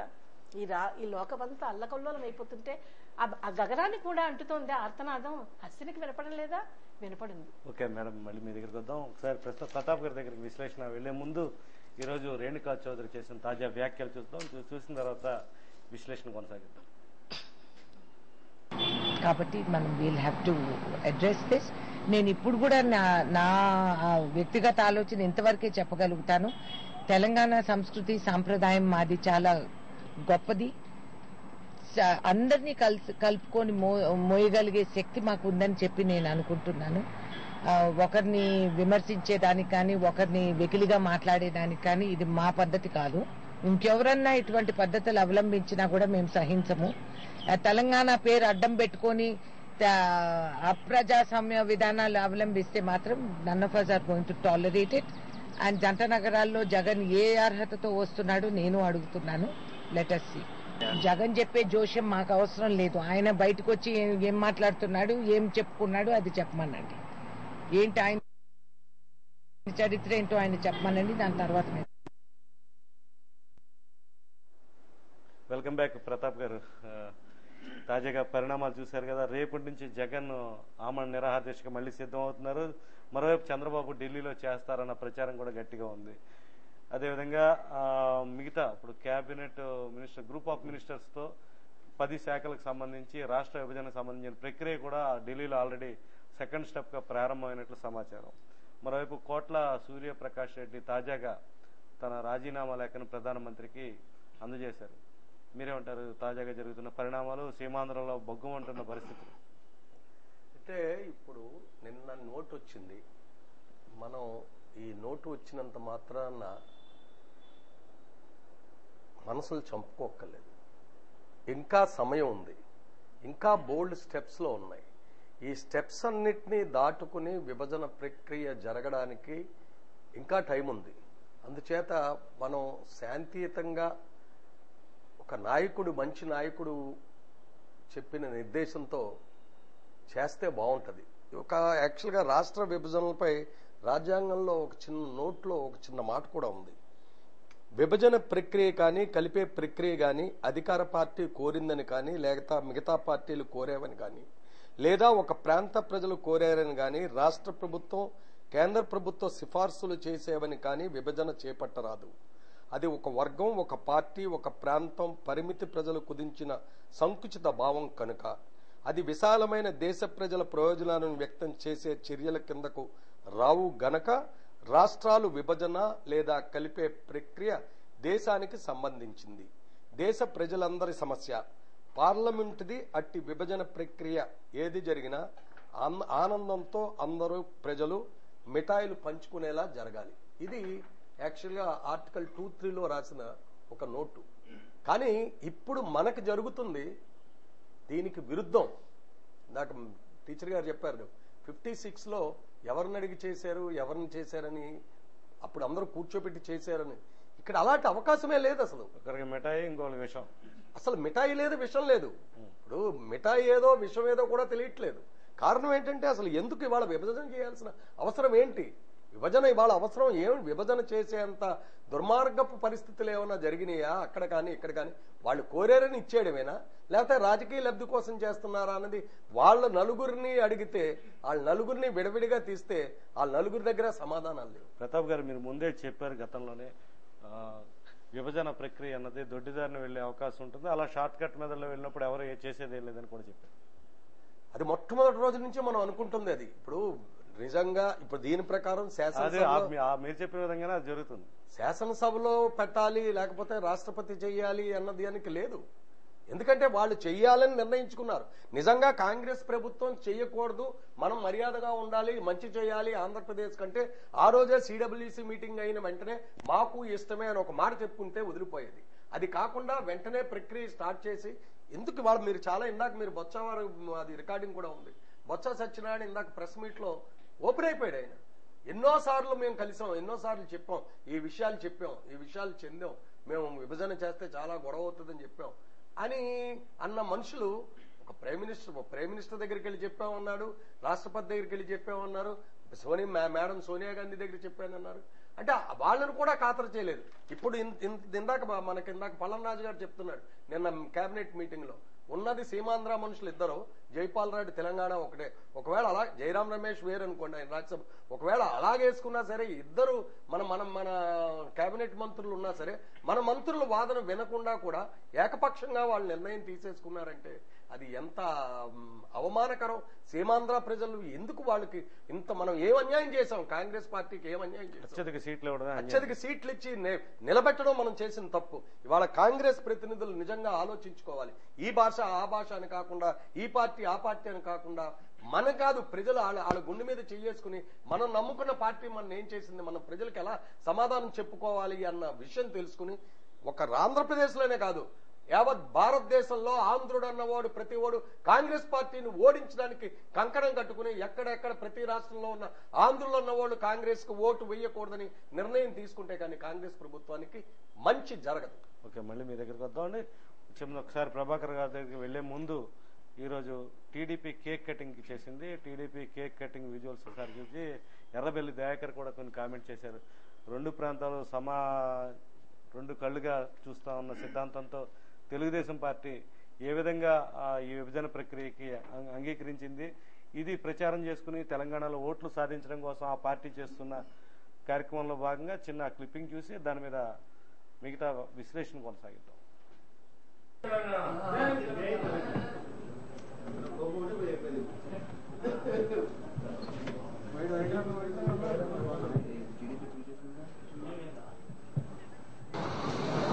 అరవై సంవత్సరాల పోరాటం తెలంగాణ విద్యార్థులు అనుకోండి, కళాకారులు, కవులు, ఉద్యోగస్తులు అందరూ కూడా పోరాటం చేసి సాధించిన విజయం ఇది. దీంట్లో అందరి పాత్ర ఉన్నది. ప్రకటించిన తెల్లారే కేబినెట్ నోటు పెడితే అక్కడ కూడా ఉద్యమం ఉండకపోవు. ఉద్యమానికి కారణం కూడా కాంగ్రెస్ పార్టీ. ఇప్పటికైనా లేటు చేయకుండా పార్లమెంట్ లో ఇమ్మీడియట్లీ బిల్లు పెట్టాలి. హైదరాబాద్ తో కూడిన తెలంగాణతోటే బిల్లు పెట్టాలనేదే మా డిమాండ్. ఆంధ్ర రాయలసీమ ప్రాంతం వాళ్ళు కూడా సహకరించాలి. ఎన్నో ఏళ్ల పోరాటం, మీ అందరి సహకారం వల్లనే, అందరు లెటర్స్ ఇవ్వటం వల్లనే ఈ రోజు తెలంగాణ సాధించుకున్నాం. దీన్ని అందరూ కూడా సహకరించి అన్నదమ్ములు తిరిగి విడిపోవాలనేదే మా తెలుగుదేశం పార్టీ కోరిక. Welcome back. ప్రభాకర్ గారు చూశారు కదా, రెండు కళ్ళ సిద్ధాంతం. వాళ్ళకి తెలంగాణలో జై తెలంగాణ, ఇక్కడ సమైక్యాంధ్ర అని తెలుగుదేశం పార్టీ రెండు విధానాలతో వెళ్లి రాష్ట్ర విభజనకి తీసుకున్న నిర్ణయాలతో ఆ పాపంలో వీళ్ళు కూడా పాలు పంచుకున్నారు. మీకు ఏమనిపిస్తుంది? అక్కడ కేక్ కటింగ్ జరుగుతుంది, ఇక్కడ సీమాంధ్రలో ఎంత జరుగుతున్నా మా తెలుగు తల్లికి మల్లెపూదండ అంటూ ప్రజల్లోకి ఎన్టీ రామారావు తీసుకొచ్చిన పార్టీ ఈ విధానంలో వెళ్లడం వల్ల దేశ సమగ్రతకి ఏ విధమైన సందేశం ఇచ్చినట్టు మనకి? మంచి ప్రశ్న వేశారు రామనారాయణ గారు. ఎందుకంటే కన్నీళ్ళు ఒకటే తక్కువ, మాకు గుండె బరువెక్కిపోయింది. అసలు ఏం జరుగుతుంది ఇక్కడ? చంద్రబాబు నాయుడు గారు మన రాష్ట్ర పర్యటనలో మన ప్రాంతానికి వచ్చినప్పుడు మీ అందరికీ న్యాయం చేస్తూ ఉంటారు, జేజేలు పలుకుతారు, ప్రజలు పూలదండలు వేస్తున్నారు. మన ప్రాంతం నిజంగా చెప్పాలంటే మన ఆంధ్రప్రదేశే భారతదేశంలో శాంతికి అలాగే హృదయపూర్వకంగా ఆహ్వానించడానికి, ప్రేమనివ్వటానికి పెట్టింది పేరు. ఆంధ్ర వాళ్ళు ఇంటికి ఆంధ్రప్రదేశ్ వెళ్ళాడంటే ఎవరైనా చాలా బాగా చూశారు, మీ ప్రాంతం మాకు చాలా గుర్తుండిపోతుంది, చాలా ఆప్యాయత అనురాగాలు చూపిస్తున్నారు, చక్కటి విందు భోజనాలు ఇస్తున్నారు, ఏంటండి ఈ మర్యాద అని అంటున్నటువంటి సందర్భాలు ఇతర రాష్ట్రాలకు వెళ్ళినప్పుడు కొంతమంది చెప్పినటువంటి మాటలు. అయితే తెలుగుదేశం పార్టీ అంటే ఇక్కడ పార్టీని పేరు ఎత్తుతున్నాను ఏమనుకోకండి సార్, తెలుగుదేశం పార్టీ విధానం మన ప్రాంతానికి వచ్చినప్పుడు ఒక రకంగా, తెలంగాణలో పర్యటిస్తున్నప్పుడు ఒక రకంగా, మరి ఈరోజు అక్కడ ఎర్రబెల్లి దయాకర్ రావు గారు కేక్ కట్ చేస్తున్నారంటే పుండి మీద కారం చల్లినట్టుగా ఉంది. ఇక్కడ ఆగ్రహ జ్వాలలు రగులుతున్నాయి. ఏ వాడ చూసినా, ఏ పల్లె చూసినా, ఏ పట్టణం చూసినా ప్రజలందరూ కూడా భయభ్రాంతులతో ఏం జరుగుతుంది? మన రాష్ట్రాన్ని తెలంగాణ వారు చీల్చేస్తున్నారా? హైదరాబాద్ లేనటువంటి ప్రాంతం మన రాష్ట్రమా? హైదరాబాద్ మనది, మనందరిది అని భావనతో ఉన్నటువంటి ఈ పరిస్థితుల్లో వాళ్ళు కేక్ కట్ చేసుకుంటున్నారంటే అదే డయాస్ మీద చంద్రబాబు నాయుడు గారు ప్రెస్ మీట్ ఇస్తారు. సమైక్యంగా ఉండాలి, అందరూ కూడా సంక్షేమంగా ఉండాలి, నాకు 2 కళ్ళు, వాళ్ళు క్షేమంగా ఉండాలి, వీళ్ళు క్షేమంగా ఉండాలి. సార్ నేను అంటాను, మేము ఉద్యోగం చేస్తున్నాం అంటే జీతాన్ని చేస్తున్నాం, ప్రజాసేవ చేయట్లే. కానీ ఈరోజు నాయకులు ప్రజాసేవ చేయకుండా కేవలం దాన్ని కూడా ఉద్యోగ ధర్మంగా భావిస్తున్నారనిపిస్తుంది. ఎందుకంటారా, మా చిన్నతనంలో బత్తిన సుబ్బారావు గారిని చూసాం. ఆయన పక్కనే నిలబడి, సార్ వీరు మినిస్టరా, రెవెన్యూ శాఖ మచ్చిలా, 2వ తరగతి చదువుతున్నప్పుడు నాకు బాగా గుర్తు. మంత్రి గారి పక్కన నిలబడ్డాను నేను. మంత్రి గారు ప్రజలతో మమేకమై ప్రజా కార్యక్రమాల్లో పాల్గొన్నటువంటి కార్యక్రమాలను మేము చూసాం. ఆ రోజు 1972లో జరిగినటువంటి ఉద్యమం కానీ, ఆ రోజు కూడా టెంట్ల దగ్గరికి వెళ్ళి నిలబడేవాళ్ళం మేము. కానీ ఈరోజు ప్రజలు స్వచ్ఛందంగా వచ్చారు, నాయకుల మాటలు వినేటువంటి పరిస్థితుల్లో లేరు. నరాన్న కూడా ఇందాక ప్రతాప్ గారు అన్నట్లుగా జీర్ణించుకుపోయి ఉంది. ఎప్పుడు మనం పగ ప్రతీకారం తీర్చుకోవాలని ఎదురు చూస్తున్నాం. అది ఓటు ద్వారానే తీరుస్తారు. అప్పుడు ఈ నాయకులందరూ కూడా, నేను అన్నాను మొదటే, తెరమరుగైపోతారు. కాబట్టి 2 కళ్ళ సిద్ధాంతము ఒక రకంగా తెర వెనుక రకరకాల కార్యక్రమాలు చేస్తూ, హస్తినలో కలవలసినటువంటి నాయకులను కలుస్తూ, వాళ్లకున్నటువంటి ఆస్తులను పరిరక్షించుకునేటువంటి విధంగా జరుగుతున్నటువంటి ఉద్యమం. ప్రజలకు మేలు చేసేటువంటి వారు ఎవ్వరూ కనిపించడం లేదు. ఈరోజు టీవీలకు అతుక్కుపోయి తెల్లారితే పేపర్లో వార్తలు చదువుతూ చాలా భయంగా గడుపుతున్నారు ప్రజలు. ఏం జరుగుతుంది? అసలు ఏమీ జరగదు. మనం చిన్నాభిన్నం అయిపోయాం. మన రాయలసీమ, సీమాంధ్ర ప్రాంతం అంతా కూడా అన్యాయం అయిపోయాం. రేపు మళ్ళా కొత్త రాజధాని నిర్మించుకోవాలా? ఎన్నేళ్లకండి కొత్త రాజధాని నిర్మించుకుంటాం? ఎంత అప్పు ఉందండి? ఈ కార్యక్రమాలన్నీ కూడా ప్రజల్లో నిగూఢంగా ఉన్నాయి. ఎప్పుడు ఈ ప్రజలందరూ కూడా వారి యొక్క మనోభావాలను తెలియజేస్తారనేది నేనైతే మాత్రం అతి త్వరలో జరుగుతున్నటువంటి ఎన్నికల్లోనే ఈ యొక్క తీర్పు వెలువడుతుంది. 2 నాలుకల ధోరణి, 2 కళ్ళ సిద్ధాంతము ప్రజలందరూ గమనిస్తున్నారు. రైతు దగ్గర నుండి విద్యావంతుడైనటువంటి ఉద్యోగి వరకు కూడా అందరూ కూడా గమనిస్తున్నారు. ఈ గమనించేటువంటి ఈ విధానంలో సరైనటువంటి ఓటు బ్యాంకు ఇస్తారు.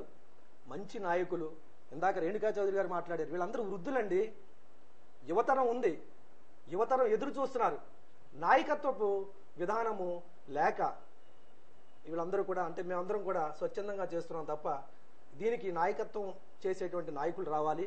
ఆ నాయకులు కూడా ఇటువంటి ద్వంద్వ విధానాలతో వచ్చినట్లయితే రాష్ట్రం 20 ఏళ్ళు కాదు కదా, 30 ఏళ్ళకి కూడా అభివృద్ధి కాదు. మన రాజధానిని నిర్మించుకోలేము. మళ్ళీ మీ దగ్గరకు వద్దామండి. ఒకసారి మోహన్ ప్రకాష్ గారి దగ్గరికి వెళ్లే ముందు బొత్స సత్యనారాయణ తాజాగా చేసిన వ్యాఖ్యలు చూద్దాం.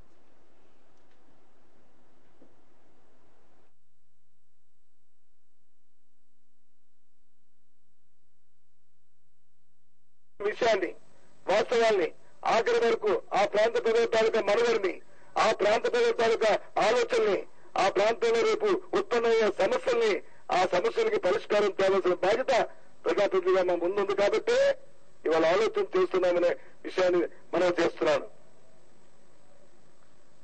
రేపు రాబోయే రాష్ట్ర విభజన జరిగిన తర్వాత ఉత్పన్నమయ్యే నీరు సమస్య, రేపు ఉత్పన్నమయ్యే విద్యార్థులకి హైదరాబాద్ లో చదువుకోవాలంటే వారికి వచ్చిన నేటివిటీ సమస్య, రేపు హైదరాబాద్ లో పనిచేస్తున్న ఎవరైతే ఉన్నారో ఉద్యోగస్తులు ఎవరైతే ఉన్నారో వారికి వారు ఏమో ఎక్కడ పనిచేయాలి, వారి తాలూకా జీవనం రాబోయే కాలంలో అయోమయంలో పడే పరిస్థితి.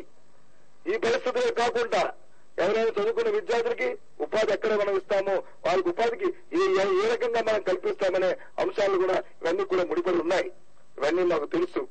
కాబట్టి ఇవాళ జరుగుతున్న ఉద్రేకాల్లో మేమందరికి కూడా ప్రజానికానికి మేమందరికీ మనవి చేస్తున్నాం. నిన్న జరిగిన అంశంలో మేము మీతో పాటు మాకు కూడా ఆవేదన ఉంది. మాకు కూడా వెల్కమ్ బ్యాక్. మాకు కూడా ఆవేదన ఉంది, మాకు బాధ ఉంది, మాకు ఆందోళన ఉంది అని చెప్పి ఆయన చెప్తున్న మాటలు ఏ విధంగా ఉన్నాయంటారు? దెయ్యాలు వేదాలు వల్లిస్తున్నాయని మీరు అని భావిస్తున్నారు? ఈ అంతా మంచి యాక్టర్స్, సీనియర్ యాక్టర్స్ మించిపోయి మరీ నటిస్తున్నారండి మంత్రులందరూ. ఇదంతా కేవలం నటనే తప్ప ఇది ప్రజల మీద ఉండే ప్రేమ ఎంత మాత్రము కాదు.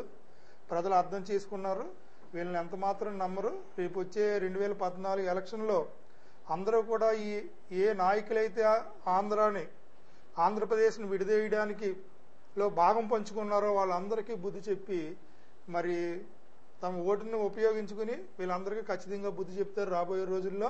అలాగే ఎంప్లాయీస్ అయినటువంటి మేము కూడా మా కుటుంబంలో ఏమి తక్కువ కాదు. ఒక కుటుంబంలో 3 నుంచి 5 వరకు ఓట్లు ఉన్నాయి. మేము కూడా పోస్టల్ బ్యాలెట్ ఉపయోగించుకుని ఈ భాగంలో ఎవరైతే పాపాన్ని పంచుకున్నారో వాళ్ళందరికీ కూడా మేము రేపు బుద్ధి చెప్పడానికి మా పోస్టల్ బ్యాలెట్ ద్వారా ఓటు వినియోగించుకుని మరి వీళ్ళందరికీ బుద్ధి చెప్తామండి. ఓకే, మళ్ళీ మీ దగ్గరికి వద్దామండి. ఒకసారి అప్పారావు గారి దగ్గరికి వెళ్దాం. అప్పారావు గారి దగ్గర వెళ్లే ముందు ఈరోజు తాజాగా అశోక్ బాబు చేసిన వ్యాఖ్యలు ఒకసారి చూద్దాం. వాళ్ళకి తగిన బుద్ధి ప్రజలే చెప్తారని చెప్పి ఆశిస్తున్నాం. 60 రోజులుగా మేము జీతాలు లేకపోయినా ఈ ఉద్యమాన్ని సాగిస్తూ ఉండగా చాలా మంది చిరుద్యోగులు అలాగే రోజువారీ కార్మికులు ప్రభుత్వం ఎవరుతున్నారో వాళ్ళు జీతాలు పోగొట్టుకుని రాష్ట్ర సమైక్యత కోసం మేము పాటుపడుతుంటే ఇంకా కొంతమంది రాజకీయ నాయకులు మేము విభజనకు తోడ్పడతాం, మాకు ఈ మంత్రి పదవులు లేదంటే ముఖ్యమంత్రి పదవి ఇవ్వండి అని చెప్పి కేంద్ర ప్రభుత్వం దగ్గర కాళ్ళకి మోకరలటం అనేది మరి వాళ్ళ చూస్తుంటే మేము ఎందుకు ఈ ఆంధ్రప్రదేశ్ లో పుట్టామా అని కూడా మాకు బాధ కలుగుతుంది. ఇంతమంది 8 కోట్ల మంది ప్రజలు 7 లక్షల మంది ఉద్యోగులు ఈ రాష్ట్రం సమైక్యంగా ఉండాలని కోరుకుంటే కేవలం 3 నెలలు ఉండే పదవి కోసం మీరు మీ రాజకీయ జీవితాలను ఎందుకు మరి పాడు చేసుకుంటారన్నది కూడా మేము ప్రశ్నిస్తున్నాం. మేము మిమ్మల్ని అడిగేది ఒక్కటే, మేమేమి మా జీతభత్యాలు పెంచమనో లేదా ఇంకొచ్చేమో మేము అడగట్లేదు. కనీసం మేము ఓటేసి మిమ్మల్ని గెలిపించిన కారణంగా ఈ ఒక్క విషయంలో మీరు ఈ జాతికి న్యాయం చేయండి అని చెప్పి మేము అడుగుతున్నాం. ఈ రాష్ట్రం విడిపోతే మేము ఒక్కలేక నష్టపోయేది, తెలంగాణ కూడా నష్టపోతున్న విషయాన్ని మరి ఇంతకు ముందు కూడా ఆర్థికవేత్తలు కూడా చెప్పడం జరిగింది. అప్పారావు గారు, వెల్కమ్ బ్యాక్. ఏమంటారు ఇప్పుడు అశోక్ బాబు చేస్తున్న వ్యాఖ్యలు? చాలా చక్కగా చెప్పారు ఆయన. ఈ రోజుకి కూడా ఇంకా పదవుల కోసం వెంపర్లాడుతూ రాష్ట్ర విభజనకు సహకరిస్తామని అధిష్టానం దగ్గర మోకరిల్లే కొంతమంది నేతలు వల్ల అలాంటి దుర్మార్గులైన వ్యక్తుల వల్ల కోట్లాది మంది బాధపడే పరిస్థితి కొనసాగుతుంది. ఎందుకు నేతలు ఈ విధంగా తయారయ్యారంట? వాస్తవంగా చెప్పండి, ప్యాకేజీలకి అమ్ముడుకున్న నేతల వల్ల ఈ వేళ పరిస్థితి ఎలా వచ్చిందండి. అశోక్ బాబు గారు ఫస్ట్నే ఉద్యమం స్టార్ట్ చేసినప్పుడు లాస్ట్ మంత్ ఆగస్టు 30 లోపు ఈ ఎంపీలు కానీ కేంద్ర మంత్రులు కానీ రాజీనామా చేసి రాజ్యాంగ సంక్షోభం సృష్టిస్తే కంపల్సరీగా మనం ఈ యొక్క రాష్ట్ర విభజన ఆపొచ్చు అని చెప్పి ఆయన పదే చెబుతూ వచ్చారు. అదే మరలా కూడా రెక్టిఫై చేసి చెప్పడం జరుగుతుందండి.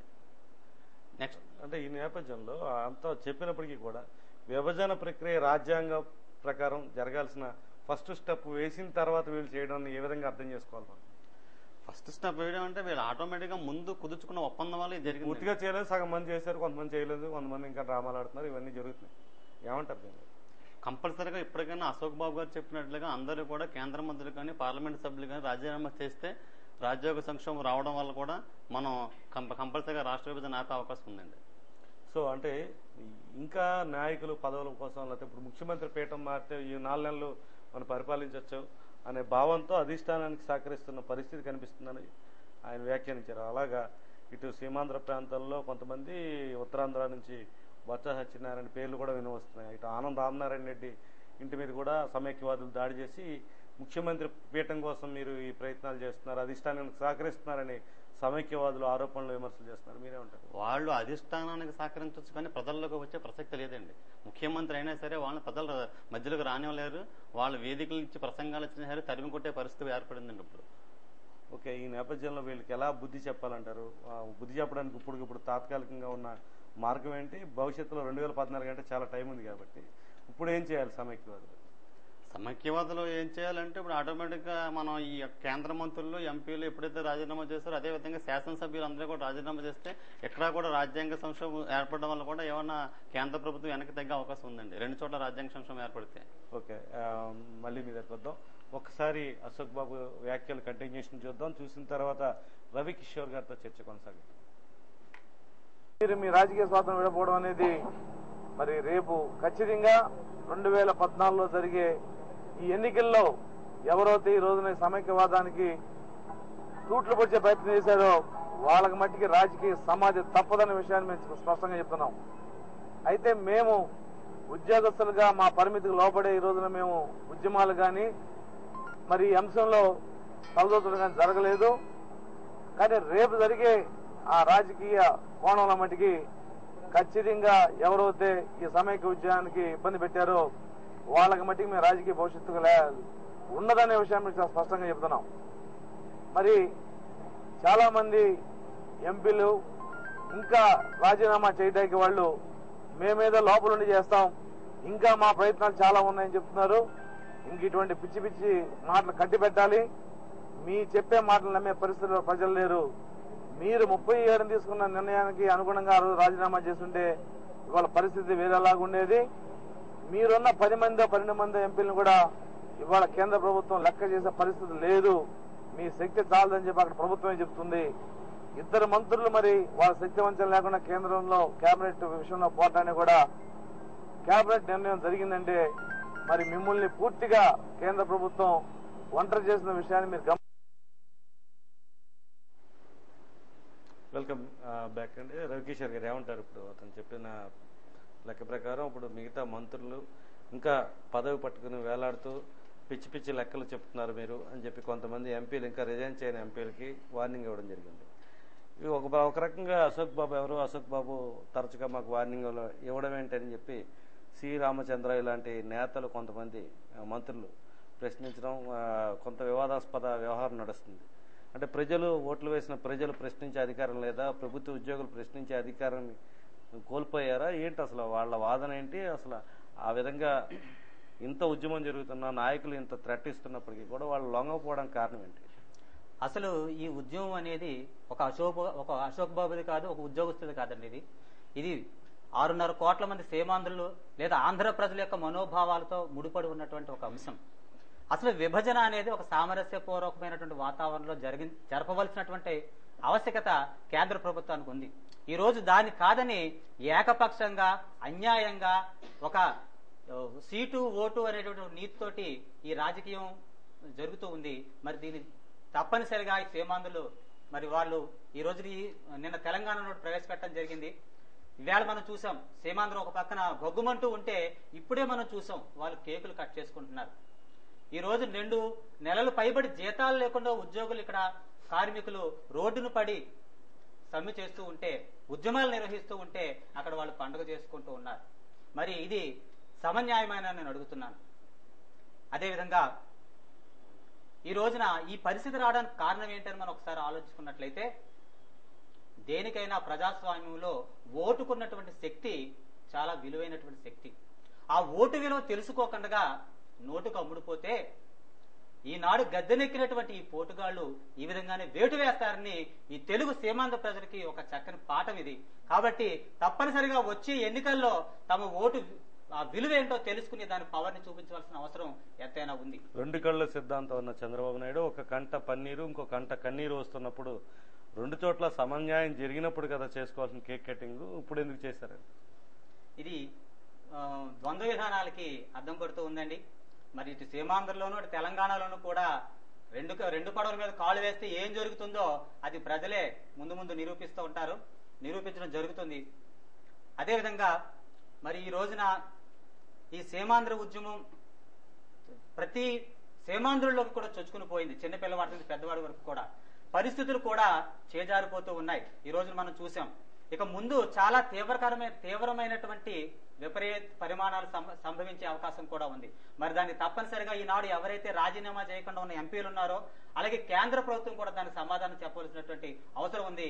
ఈ ఉద్యమం ఎటువంటి తీవ్ర స్థాయికి వెళ్తుందనేది ప్రస్తుతం మనం చెప్పలేమండి. రానున్న రోజుల్లో మనమే చూస్తాం దాన్ని. ఓకే, మళ్ళీ మీ దగ్గరికి వద్దామండి. ఒకసారి సుజాత కిషోర్ గారి దగ్గరికి వెళ్లే ముందు, సుజాత నిర్మల్ గారి దగ్గరికి వెళ్లే ముందు ఒకసారి అశోక్ బాబు గారి కామెంట్స్ కంటిన్యూషన్ చూద్దాం.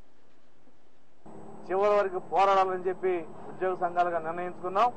మా కార్యాచరణ భవిష్యత్ కార్యక్రమాలన్నీ కూడా రేపు 6వ తారీఖున మా సమావేశం నిర్ణయించుకుంటాం. ప్రజలు చాలా మంది అంతా అయిపోయిందేమో ఇంకేమీ చేయలేమని ఒక నిరుత్సాహ భావంలో ఉన్నారు. ఏమీ కాలేదు. సిడబ్ల్యూసీ నిర్ణయం అనేది ఎంత చట్టబద్ధతో ఈ కేబినెట్ నోట్ కూడా అంతే చట్టబద్ధత. అయితే సిడబ్ల్యూసీ నిర్ణయం అనేది పార్టీ పరంగా జరిగింది. కేబినెట్ అనేది ప్రభుత్వంలో వాళ్ళ సొంత విషయం కాబట్టి వాళ్ళు ఏ విషయాన్ని కూడా కేబినెట్ లో ఆమోదించుకునే శక్తి వాళ్ళకు ఉన్న కాబట్టి వాళ్ళు ఆ విషయం చేసుకున్నారు తప్ప ఇది చట్టరూపం దాల్చాలంటే చాలా ప్రక్రియలు ఉన్నాయి. కొన్ని ప్రక్రియలు ఈ ప్రభుత్వానికి వ్యతిరేకంగా ఉన్న విషయాన్ని ప్రజలు గుర్తుపెట్టుకోవాలి. కాబట్టి ఆ ప్రక్రియ వచ్చినప్పుడు ఖచ్చితంగా మనకు అండగా మరి జాతీయ పార్టీలు ఇతర వర్గాలు కూడా కలిసి వచ్చే అవకాశం ఉంది. కాబట్టి ఎటువంటి నిరుత్సాహం లేకుండా ఎటువంటి నిరాశలు లేకుండా ఖచ్చితంగా ఈ ఉద్యమంలోకి ముందుకు వెళ్లాలని, అలాగే హింసాత్మకమైన ఉద్యమం వాటికి వద్దనేది మా ప్రత్యేక విన్నపం అందరికీ. Welcome back. శాంతియుతంగా మన ఉద్యమాన్ని కొనసాగించాలని చక్కని పిలుపు ఇవ్వడం జరిగింది అశోక్ బాబు గారు. సమయం తక్కువ ఉంది. మీరు ఒక పాట పాడతానని ఇందాక చెప్పడం జరిగింది. ఆ పాట పాడిన తర్వాత అదే దీని మీద కూడా మీ వ్యాఖ్య ఏంటి? దీని మీద వ్యాఖ్య ఏంటంటే అండి, ఇల్లు అలగ్గానే పండగ అయిపోద్దు. క్యాబినెట్ నోట్ ముందు పెట్టినంత మాత్రాన మీరు ఆందోళన చెందొద్దు. ఇంకా అసెంబ్లీ తీర్మానం ఉంది కదా. ఇప్పుడు రాజకీయ నాయకుల మీద మనం ఏమన్నా ఒత్తిడి తీసుకొస్తే ఇప్పుడైనా వాళ్ళలో చైతన్యం కలిగితే, ఇప్పుడే ప్రజల యొక్క ఓట్ల వల్లే నేను ఈ రోజున రాజకీయ నాయకుడిని అయ్యానని ఏమన్నా వాళ్ళ ఆత్మ ఘోషిస్తే వాళ్ళు అడ్డు పెడితే ఇది ఎప్పటికన్నా కొంచెం అడ్డుతుంది. మీరు కంగారు పడవద్దు, ఆవేశపూరితులు అవ్వద్దు. ముందు నుంచి అశోక్ బాబు గారు అలాగే చెప్పారండి. ఎందుకంటే సేవాంధ్రప్రదేశ్ సభకు పెడుతున్నప్పుడు వియ్యం బంజర్లో బస్సు ఇలా వెళ్ళగానే రాళ్ళు కుట్టారు. వియ్యం బంజర్ ఎక్కడండి? తెలంగాణ బార్డర్. అంటే నా బార్డర్లో కాలెడితే నేను కాలు ఎరక్కొట్టేస్తానన్నట్టుగా వాళ్ళు అలా ప్రవర్తించారు. అయినా వాళ్ళు కొడితే రాయి విసిరితే తిరిగి వాళ్ళ మీద విసరలేదు, చెప్పి విసిరితే విసరలేదు. ఇది మన వాళ్ళు కూడా ఈ ఉద్యమాన్ని ఎలా చేశారంటే అహింస మార్గంలోనూ శాంతియుతంగా చేశారు. కానీ నేడు వీళ్ళు విజృంభిస్తే వజ్రాన్ని వజ్రంతోనే కొయ్యాలి అనే ఆక్రోశన, ఆందోళన, ఆవేశం ప్రతి ఒక్క ఉద్యమకారుల్లో వస్తుంది. ఇప్పటి వరకు రాలేదు. పాట పాడతారు. జేజేలు పలికేటి ఓ ఆంధ్రుడా, నీ ఆర్తితో అదిరింది అంబరమురా. జేజేలు పలికేటి ఓ ఆంధ్రుడా, నీ ఆర్తితో అదిరింది అంబరమురా. కలిసున్న రాష్ట్రాలు ముక్కలైపోయేను, భాగ్యనగరం మనకు కొదువైపోయేను. ఉద్యమ స్ఫూర్తివి నీవేరా, చైతన్యమూర్తివి నీవేరా. తెలంగాణ నాది, రాజధాని నాది అనడానికెవరురా, అది ఎవరి సొమ్మురా. భాగ్యనగరం భాగ్యమందరిదిరా అని తలచి మురిసాము ఒకనాడురా. శివాజీ, అల్లూరి, టంగుటూరి, బోసు, కందుకూరి నీకు మార్గదర్శకులురా. వీరపుత్రులు గన్న తల్లేరా, వీరమాతే జన్మభూమేరా. రాజధాని మనకు కల్పవృక్షమురా, ప్రజలంతా నీళ్ళోసి పెంచారు దాన్నిరా. ఆ చెట్టు నీడే కరువాయరా, ఆ పళ్ళన్ని వేరొకరి సొత్తాయరా. నోటుతో ఓట్లను కొన్న నాయకులు నమ్ముకున్న ప్రజను నట్టేట ముంచారు. ఈ మంత్రులంతా ఒక్కటేరా, మాయ మాటలు చెప్పు జాలర్లులా, ఇంద్రజాలర్లురా. థ్యాంక్ యూ అండి. మేడం గారు మంచి పాట పాడారు. ప్రతాప్ గారు, తాజా పరిణామాల మీద మీ వ్యాఖ్యలు ఏంటి? జగన్ మీద, చంద్రబాబు మీద ఇందాక మనం టాపిక్ అంటే రేపు దీక్షలకు దిగబోతున్నారన్న సమాచారం మీద కంటిన్యూషన్. ఇప్పుడు గాంధీ గారిని ఆదర్శంగా తీసుకుని నైరాశ్యం చెందకుండా రాజకీయంగా ఎదుర్కోలేంది రాజ్యాంగ హక్కుగా ఎదుర్కోవడానికి అవకాశం ఉంది. అంటే ఇప్పుడు శాసనసభలో ఈ తీర్మానం కానీ వీగిపోతే సుప్రీంకోర్టులో వేస్తే డెఫినెట్ గా సుప్రీంకోర్టు కేంద్ర ప్రభుత్వాన్ని అడగడానికి అవకాశం ఉంది. ఎందుకు మీరు విభజన చేస్తున్నారు, ఏంటి, ఎవరికి నష్టం జరిగింది, ఈ నష్టం వల్ల ఎవరికి లాభం జరుగుతుంది, అసలు మీరు ఒకవేళ విడగొట్టదలుచుకుంటే ఎలాగ న్యాయం చేస్తున్నారు, ఇటు ప్రజలకు ఎలా న్యాయం చేస్తున్నారు, అటు ప్రజలకు ఎలా న్యాయం చేస్తున్నారని ఈ టాపిక్ అంతా ఉంది. అందుచేత ఖచ్చితంగా మనం రాజకీయంగా ఇప్పుడు ఎదుర్కోలేకపోయినా రాజ్యాంగ హక్కు పరికరంగా సుప్రీంకోర్టు ద్వారా ఖచ్చితంగా ఈ సమస్యను పరిష్కరించడానికి అవకాశం ఉంది. అందుచేత మనం ప్రస్తుతం ఇంత నైరాశ్యం చెందకుండా ఉండాలి. మీరు ఇందాక అడిగారు, బొత్స సత్యనారాయణ గారు ఎంత హ్యాపీగా కూర్చుని హైదరాబాద్ లో ఆయన ఈ నివాసంలో చక్కగా మొత్తం ప్రెస్ మీట్ పెట్టారు. అదే అండి పరిస్థితి. ఒక రాష్ట్రానికి చీఫ్ అయి ఉండి, కాంగ్రెస్ పార్టీకి చీఫ్ అయి ఉండి, అంటే ఆల్మోస్ట్ ముఖ్యమంత్రి తర్వాత పార్టీలో అంత క్యాడర్ ఉన్న మనిషి అంత చక్కగా కూర్చుని ఒక మీటింగ్ పెట్టి ఒక ప్రెస్ మీట్ ఏంటి, అతని ఇంటి మీద దాడి చేస్తున్నారు కాబట్టి వైఎస్ఆర్సీపీ నేతలు మా ఇంటి మీద ఎవరైనా సరే పరోక్షంగా వైఎస్ఆర్సీపీని తిట్టడం గురించి అతను అంత మీటింగ్ పెట్టాడు. జగన్ ని ఉత్తరం ఇచ్చాడు, లేకపోతే చంద్రబాబు నాయుడు ఉత్తరం ఇచ్చాడు, అందుకనే చేసావు అన్నప్పుడు నువ్వేం చేసావు? నీ పార్టీ ఏం చేసింది? నీ పార్టీ ఉత్తరం ఇచ్చింది, నీ పార్టీ వెనక్కి తీసుకోవాల్సిన అవసరం నీకు లేదా? ఇక్కడ సీమాంధ్ర ప్రజలది మొట్టమొదట్లో తెలియకపోవచ్చు, తర్వాత తెలిసింది కదా. నీకు 20వ తారీఖు 30వ తారీఖు తర్వాత తెలిసింది కదా. ఇక్కడ ఇంత 60 రోజుల నుంచి ఉద్రిక్తంగా ఉంటే నీకు తెలియలేదా? నువ్వు నీ అధిష్టానానికి చెప్పడానికి నీకు అవకాశం లేదా? అంతా రాజకీయ నాటకం, వాళ్ళ స్వార్థ ప్రయోజనాలకి. ఇది ఎక్కడికి తీసుకెళ్లిపోయిందంటే, ఇవాళ కాంగ్రెస్ చేసిన కుతంత్రం ఎక్కడికి తీసుకెళ్లిపోయిందంటే, రేపు పొద్దున మనం ఓటేయడానికి ఏమిటి, ఎవరికి ఓటేయాలని ఆలోచించుకోవడానికి కూడా అవకాశం లేదు. ఎందుకంటే ఇంత ద్రోహం చేసిన కాంగ్రెస్ పార్టీకి ఓటేస్తావా? లేదు, కాంగ్రెస్ పార్టీతో కుమ్మక్కైపోయింది అంటున్న వైఎస్ఆర్సీపీకి నువ్వు ఓటేస్తావా? లేదా 2 కళ్ల సిద్ధాంతంతో ఉన్న పార్టీ అని చెప్పి టీడీపీకి ఓటేస్తావా?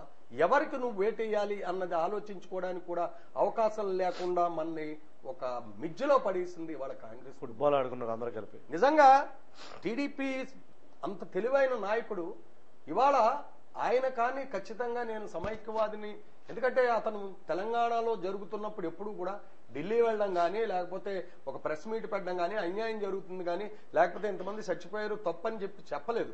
నిజంగా సమైక్యవాదం మనసులో ఉన్నప్పుడు అతను ఎందుకు బయటకు రాలేదు? నిజంగా అతను బయటకు వచ్చి ఇది సమైక్యవాదం, నేను నా కట్టుబడి ఉన్నాను, నేను సమైక్యవాదానికి, నా సీమాంధ్ర ప్రజలు అన్యాయం అవుతున్నారని చెప్పి ఉంటే అతనికి ఖచ్చితంగా ఇవాళ సీమాంధ్రలో ఒక ప్లస్ పాయింట్ అయ్యేది. అలాగే తెలంగాణలో కూడా సమైక్యవాదులు ఉన్నారు, తెలంగాణ రాష్ట్రాల్లో కూడా సమైక్యవాదులు ఉన్నారు. అక్కడ సమైక్యవాదం వల్ల ఓట్లు సంపాదించుకుంటే ఆయన ఖచ్చితంగా అక్కడ ప్రతిపక్ష నాయకుడు అయ్యేవాడు, ఇక్కడ ఖచ్చితంగా ఒక మంచి పొజిషన్ ఉండేది. అంటే ఇలాగ రాజకీయవేత్తలను కూడా కన్ఫ్యూజన్ లో పడేసి ఏం చేయాలన్న ఓటర్లు కూడా తీసుకొచ్చే పరిస్థితి ఈ కాంగ్రెస్ ప్రభుత్వం తీసుకొచ్చింది. కాబట్టి ప్రస్తుతం మనం మంచి నాయకత్వం గురించి ఎదురు చూద్దాం. సామరస్యపూర్వకమైన వాతావరణాన్ని తీసుకొచ్చి అశోక్ బాబు గారు లాంటి వాళ్ళు చెప్పిన ఎన్జిఓస్ చేస్తున్న ఈ ఉద్యమానికి సహకారం ఇస్తూ అందరూ కలిసికట్టుగా వెళ్ళాలని. ఓకే, సమయం ఇచ్చిపోయిందండి. ఒక్కొక్కసారి అందరూ కూడా క్లుప్తంగా మీరు ఇచ్చే మెసేజ్ అని ఉంది ఈ కార్యక్రమం ద్వారా చివరిగా. గత 60 రోజులుగా చేస్తున్నటువంటి ఉద్యమానికి ఇంకా ఫుల్ స్టాప్ పెట్టేటువంటి పరిస్థితి లేదు. ఎందుకంటే ప్రజలందరూ కూడా వాస్తవాలను గ్రహించారు. రాజకీయ నాయకుల యొక్క ఓసరవెల్లి విధానాలని పూర్తిగా ఆకలింపు చేసుకున్నారు. ఇది మాత్రం యథార్థం. కాకపోతే ఉపాధ్యాయులుగా మా బాధ ఏంటంటే సుమారు 2 నెలల పైగా పాఠశాలలు మూతపడ్డాయి.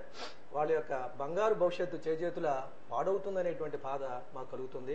అయితే ఉన్నత అధికారులు, జిల్లా విద్యాశాఖ అధికారులు వాళ్ళ ఆదేశానుసారం ఈ యొక్క సమ్మె విరమించిన తర్వాత కూడా స్వచ్ఛందంగా ప్రతి ఆదివారం కూడా సెలవులు లేకుండా వాళ్ళకి పాఠాలు చెప్పలేనటువంటి భావన. మరి రాష్ట్రం ఇంకా సంక్షోభంలో ఉంది. ఈ సంక్షోభానికి ఇంకా శుభం కార్డు పడాలి. పడకపోతే ఇంకా విపత్కరమైనటువంటి పరిస్థితులు మనం చూస్తాం. ఇప్పటికే ఏదో మేడి పండులా ఉన్నాం, కానీ మాలో ఆర్థిక బాధలు చాలా ఉన్నాయి. ఈ 2 నెలల జీతాలు రాక చాలా సంక్షోభంలో ఉన్నటువంటి పరిస్థితి మీకు చెప్పక తప్పదు. ఇది ఒక్కళ్ళు కాదు, ఆర్టీసీ కార్మికులు కానీ అందరు ఉద్యోగులు గ్రౌండ్ అంటే గ్రేడ్ అటెండర్ స్థాయి నుంచి అధికారి వరకు కూడా ఈ సమస్య ఉత్పన్నమవుతుంది. దీన్ని నాయకులు ఎప్పుడైనా గ్రహించాలి. కల్లబుల్లి మాటలు చెప్పి ప్రజా సంక్షేమానికి మేమేం చేయాలి, ప్రజల మధ్యకు రావాలా, మేమేం చేయాలి అంటే పదవులను త్యాగం చేయాలా, పరిత్యజించాలా అనేటువంటి విధానాన్ని ఆలోచన చేయాలి. రావాలి, నాయకుడు రావాలి. సరైన నాయకుడి కోసం మేమందరం ఎదురు చూస్తున్నాం. ఓకే, అప్పారావు గారు మీరేమంటారు ఫైనల్? ఇప్పుడు ఈ సమైక్యాంధ్ర ఉద్యమం ప్రస్తుతం ఉద్యోగుల చేతుల్లో లేదు, నెక్స్ట్ అదేవిధంగా రాజకీయ నాయకుల చేతుల్లో కూడా లేదు, ప్రజల చేతుల్లోకి వెళ్ళిపోయింది. దాటిపోయే పరిస్థితి కూడా కనిపిస్తుంది. హింసాత్మక సంఘటనలో జరిగేటువంటి అవకాశం కూడా ఎక్కువగా ఉంది. ఇప్పటివరకు శాంతియుతంగా జరిగింది. నెక్స్ట్ మర్రి విత్తనంలో మహావృక్షం ఇమిడి ఉన్నట్లుగా ఈ యొక్క సమైక్యాంధ్ర అనేటువంటిది భావన ప్రతి ఒక్క వ్యక్తిలో కూడా నాటుకుపోయింది. కాబట్టి ఈ ఉద్యమానికి శుభం కార్డు పడేంత వరకు కూడా అవిశ్రాంత పోరాటం చేస్తూ మా ఉపాధ్యాయుల వంతున మేము కూడా మాస్టర్ అన్నట్లుగా ప్రతి ఆదివారం కానీ ఈవినింగ్ కానీ వెళ్ళి మా యొక్క ఉద్యమాలని కొనసాగిస్తామని మేము తెలియజేస్తున్నామండి. ఓకే, సుజాత నిర్మల్ గారు. ఈ విభజన వల్ల ఏంటంటే ముఖ్యంగా అన్నపూర్ణ ఆంధ్రప్రదేశ్ అని ప్రఖ్యాతి చెందింది. కానీ ఇప్పుడు రైతన్న బాధ ఎక్కువ అవుతుంది. ఇంతవరకు రైతు దుక్కుదున్ని విత్తనం వేసి కోత కోసి కుప్పనూర్చి చేతికి వచ్చేటప్పటికి ప్రకృతి వైపరీత్యాల వల్ల ఆత్మహత్య చేసుకుంటున్నాడు. కానీ ఇప్పుడు రైతులు ఎవ్వరూ విభజన వల్ల ఆత్మహత్య చేసుకోరు. మరి బీటలడిపోయినటువంటి భూమిని చూసి ఎలా దుక్కుదున్నాను నేను, ఎలా విత్తును నాటను అని ఒక్కసారి గుండెలాగి ఆక్రోశించి ఎంతమందో చనిపోతారు. ఏదైనా ఒక పనికి ఒక కొబ్బరికాయ కొట్టి శ్రీకారం చేస్తారు. కానీ ఈ విభజన ప్రక్రియ వల్ల ఎందరో గుండెలాగిపోతాయి. దీనికి చావా శ్రీకారం. ఇది చాలా హాస్యాస్పదంగా ఉంది. హర్షించదగిన విషయం కాదు. ఇంకా ఎన్నో సమస్యలు, ఒక సమస్య వల్ల ఈ విభజన వల్ల ఎన్నో సమస్యలు తలెత్తుతాయండి. అంటే ఉద్యమ శక్తి ఎంత ఉధృతమైనదో కరుణశ్రీ గారు ఆగస్టు విప్లవంలోను మన ఉద్యమకారులు ఏంటంటే తెల్లదొరల యొక్క ప్రభుత్వ మందిరాలని గడగడలాడించేశారట. ఆ విషయాన్ని కరుణశ్రీ గారు చెప్పారు. లేచిపోయినవి పోలీసుల టోపీలు, వందలు వేలు రావందులట్లు, కాలిపోయినవి సర్కారు కచేరీలు, కరదూషణాదుల కాష్టమట్లు, తెగిపోయినవి తంతి తీగలు, భారతీయుల పారతంత్ర శృంఖములట్లు, తరలిపోయినవి క్రిందకు రైలు పట్టాలు, పాశ్చాత్య రాజ్య సౌభాగ్యమట్లు, ఒకటేమిటి అదేమిటి అనక మహోద్యమమున రేగిపోయినవి ప్రజల ఉద్రేకమందు, అల్లకల్లోలమై దద్దరిల్లిపోయే తెల్లదొరల ప్రభుత్వ మందిరములల్లా. అందువల్ల తెల్లదొరల ప్రభుత్వ మందిరాల్ని మన ఉద్యమకారులు గడగడలాడించేసేట. ఈ రోజుని ఈ ఉద్యమం వల్ల, ఈ సమైక్యాంధ్ర ఉద్యమం వల్ల ఢిల్లీ పీఠాన్ని దద్దరెళ్ళడమే కాదు, ప్రజలను మోసం చేసినటువంటి ప్రతి రాజకీయ నాయకుడి గృహమే కాదు, రాజకీయ నాయకుడు కూడా గుండె దద్దరిల్లిపోవాలని నేను కోరుకుంటున్నాను. చిన్నది, భాగ్యనగరంబు చక్కని పాడియావు, సీమాంధ్రులు లేగదూడలై ఏడ్చుచుండ, పితుకుచున్నది మూతి బిగియగట్టి, తెల్ల దొరసాని ఆ మనిత సోనియమ్మ. మహానుభావురాలు చక్కగా మూటగట్టుకుంది. అసలు చిన్న విషయం అండి. మనకి ఈ స్వాతంత్రం సంపాదించడానికి కారణం నాటి కాంగ్రెస్ పార్టీ. ఆ నాయకులందరూ గాంధీ, నెహ్రూ అందరూ కాంగ్రెస్ వాళ్ళు.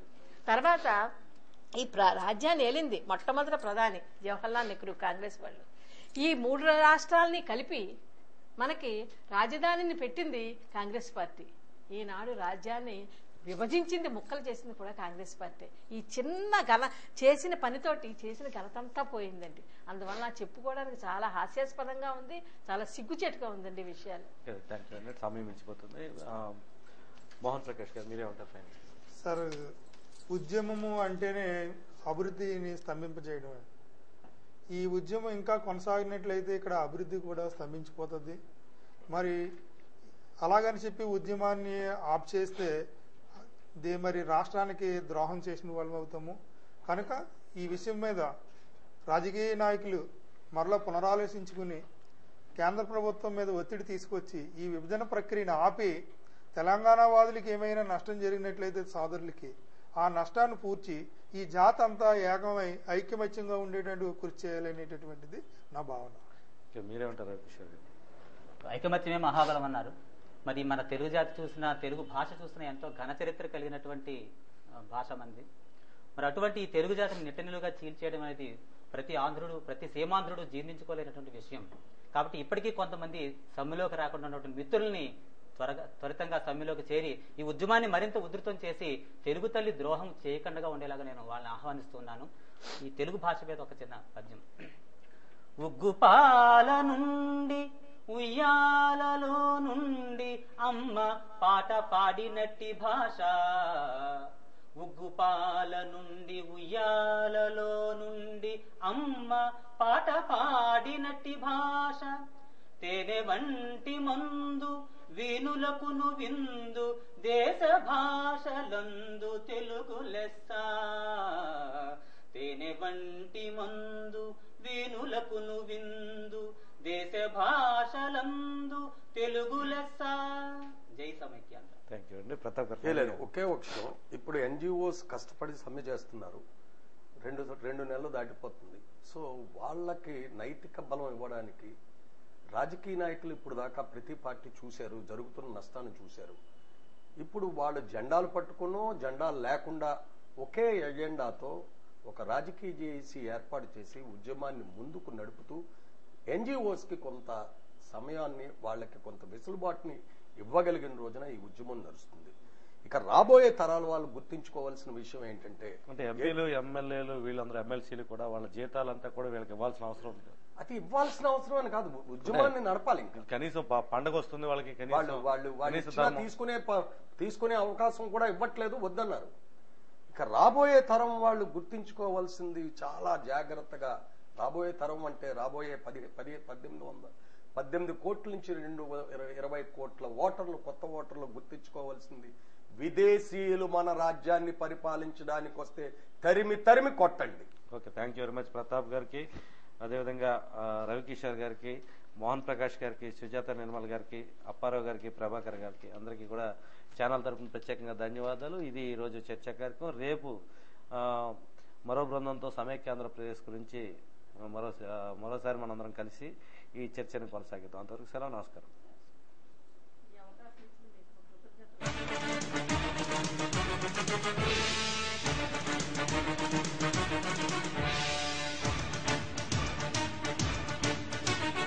ఓయి తెలుగువాడ పదాది వెలుగువాడ మన కలల పసిడి మేడ ప్రగదింటి నడుమగూడ.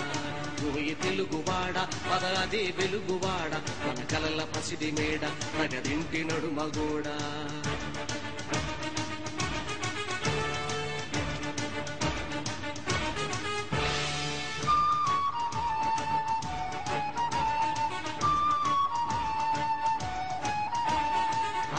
కష్టాలెన్నో ఓర్చి గుండె మండి కినుకరేచి, అన్న కష్టాలెన్నో ఓర్చి గుండె మండి కినుకరేచి, సత్యాగ్రహణం చేసి ఒక తండ్రిని ధారపోసి దాయాదుల వెన్ను వంచి సొంత గడ్డ సమార్జించి తెలుగు జాతి పరుగు పెంచి సమైక్యతను నిర్వచించి ఇప్పుడు రాష్ట్రపటం చించి ఏమున్నది ఏమున్నది ఏమున్నది ఏమున్నది. ఓయి తెలుగువాడ పదాది వెలుగువాడ మన కలల పసిడి మేడ ప్రగదింటి నడుమగూడ. ఓయి తెలుగువాడ పదాది వెలుగువాడ మన కలల పసిడి మేడ ప్రగదింటి నడుమగూడ.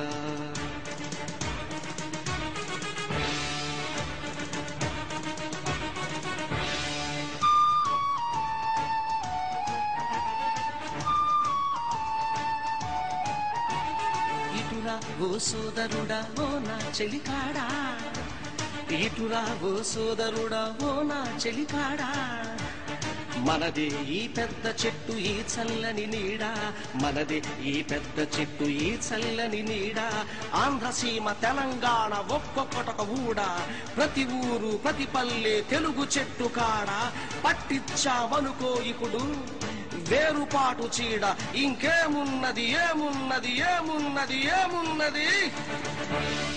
ఓయి తెలుగువాడ పదాది వెలుగువాడ మన కలల పసిడి మేడ ప్రగదింటి నడుమగూడ. ఓయి తెలుగువాడ పదాది వెలుగువాడ మన కలల పసిడి మేడ ప్రగదింటి నడుమగూడ.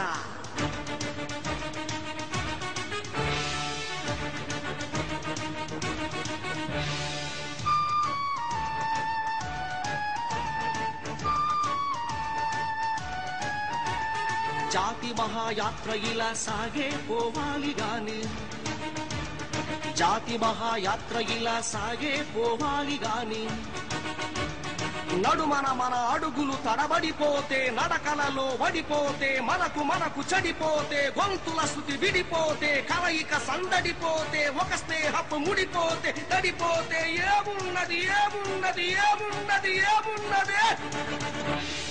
ఓయి తెలుగువాడా ఓయి తెలుగువాడ పదాది వెలుగువాడ మన కలల పసిడి మేడ ప్రగతింటి నడుమగూడ. ఓయి తెలుగువాడ పదాది వెలుగువాడ మన కలల పసిడి మేడ ప్రగతింటి నడుమగూడ. ఓయి తెలుగువాడ ఓయి తెలుగువాడా ఓయి తెలుగువాడా తగదింటి నడుమ గోడ తగదింటి నడుమ గోడ తగదింటి నడుమ గోడ